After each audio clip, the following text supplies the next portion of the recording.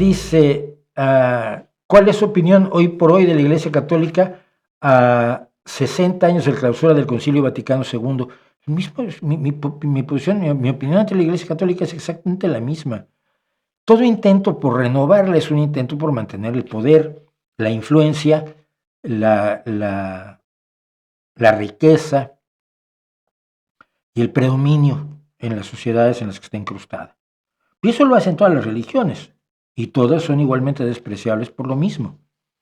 El Concilio Vaticano II fue un intento de ayornamiento, se llamó, yo me acuerdo, apuesta al día de la Iglesia, ¿no? Una puesta al día que sugirió Juan XXIII y que luego llevó a cabo de malos modos o de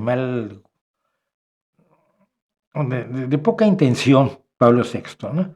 Pablo VI era lo más reaccionario del mundo. No olvidemos que Pablo VI es el que hace la enciclopedia, madre mía, la encíclica Humanae Vitae, condenando la píldora anticonceptiva que se había desarrollado precisamente en los años 60, 50, 60, por allí. Entonces, fue un intento de la Iglesia de tener una cara menos brutal, ¿no? Entre otras cosas, dejó de acusar a los judíos poco tarde, ¿no?, de haber asesinado a Cristo, pero fue la doctrina oficial de la Iglesia Católica desde los inicios del cristianismo hasta 1960. Que los judíos habían matado a Cristo. Luego pregúntate por qué la gente se sentía con todo el derecho del mundo de perseguir a los judíos y quemarlos vivos o meterlos en cámaras de gases. O sea, se ha acusado del peor delito imaginable. Trató de, bueno, las mujeres a lo mejor sí tienen algún derecho, pues no muchos, ¿no?, pero tienen alguno.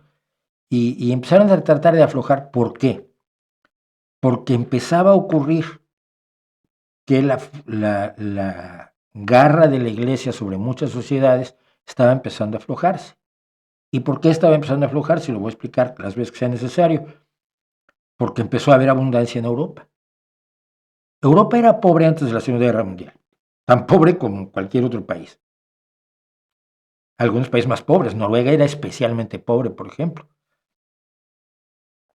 Pero después de la Segunda Guerra Mundial apareció la idea del estado de bienestar y los socialdemócratas, estos pesados, que ay, vamos a tener pensiones, ay, vamos a tener sanidad, ay, vamos a tener seguro de desempleo. Y son esas cosas con las que la gente dejó de tener miedo o redujo su miedo, y la reducción del miedo fue directamente proporcional al desinterés por lo que pasaba dentro de las iglesias y por lo que decían los sacerdotes. Y los intentos de la Iglesia en varias ocasiones, desde el Concilio Vaticano II, las acciones de Juan Pablo II, la buena carita simpática y amable del Papa Paco, ¿no?, de Francisco, que sigue siendo un tipo peligroso. Todo ha sido un intento de que no se pierda el poder que tiene la Iglesia, sobre todo en los países poderosos. La Iglesia está creciendo en África, por ejemplo, y en Asia, la Iglesia Católica. En América Latina menos, pero en los países que tienen el poder económico y político en este mundo, pues van en retirada. China nunca lograron entrar, pese a todos los intentos de los jesuitas, que ya comentamos aquí, y en Rusia domina la Iglesia Ortodoxa. Así que su esperanza es seguir haciendo una Europa cristiana, sin darse cuenta de que esta Europa cristiana es lo que es hoy porque rechazó los valores cristianos, rechazó las ideas de la Iglesia cristiana, y por el contrario propuso cosas diferentes, que los reyes no tenían el derecho divino, que las mujeres eran iguales, que la democracia era mejor que las monarquías, y todas esas cosas a las que siempre se opuso la Iglesia Católica. Y que la ciencia explicaba la realidad mejor que la religión. Nunca lo han perdonado.